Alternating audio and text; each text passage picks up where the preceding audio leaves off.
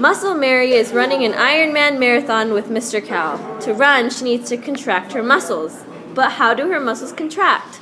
Well, first, let's take a look at what muscles are made of. A muscle is made up of many muscle fibers, which are made up of many myofibrils, which are composed of a bunch of myofilaments. The myofilaments stack together to ultimately form the muscle. This is a snapshot of the myofibril. The light bands are made of thin filaments of actin molecules wrapped around each other, along with the tropomyosin and troponin. The dark bands are composed of thick filaments. These thick filaments are made of a bunch of myosin subunits. Each subunit looks like this. There are two myosin molecules wrapped around each other and two myosin heads. A lot of these subunits are bunched together to form the thick filaments with a bunch of myosin heads poking out.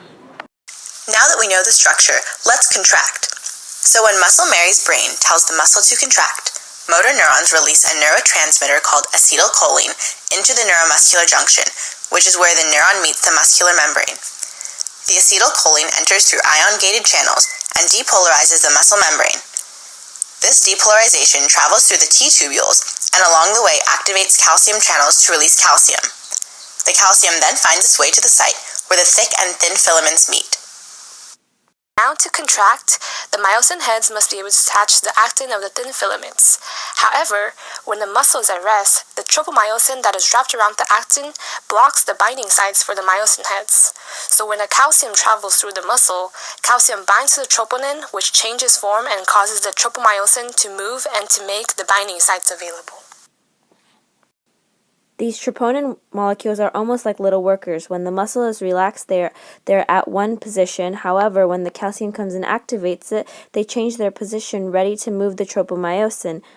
Where they're ready to push the tropomyosin in this way. For example, right here, the binding site is closed. However, the troponin that's activated pushes the tropomyosin this way, so that this area that was denied before is now accessible to the myosin head. Now, when the binding sites are made available, a contraction occurs due to something called a cross-bridge cycle, which I'll be explaining right now. So the first thing that happens is ATP binds to the myosin head, hydrolyzes it, leaving only ADP in the phosphate group. Then it moves to the second position where it forms a cross-bridge with the actin right here. So it connects the myosin head with the actin. Then ADP and phosphate are released, causing the myosin head to undergo something that is called a power stroke, in which it bends forward, pulling the actin along with it, like this. Then it's called a cycle because then ATP binds to the myosin head again, causing it to release from actin back to its original position, then hydrolyzes it again, leaving only ADP in the phosphate group, which then makes it bind to the actin again, forming another cross bridge.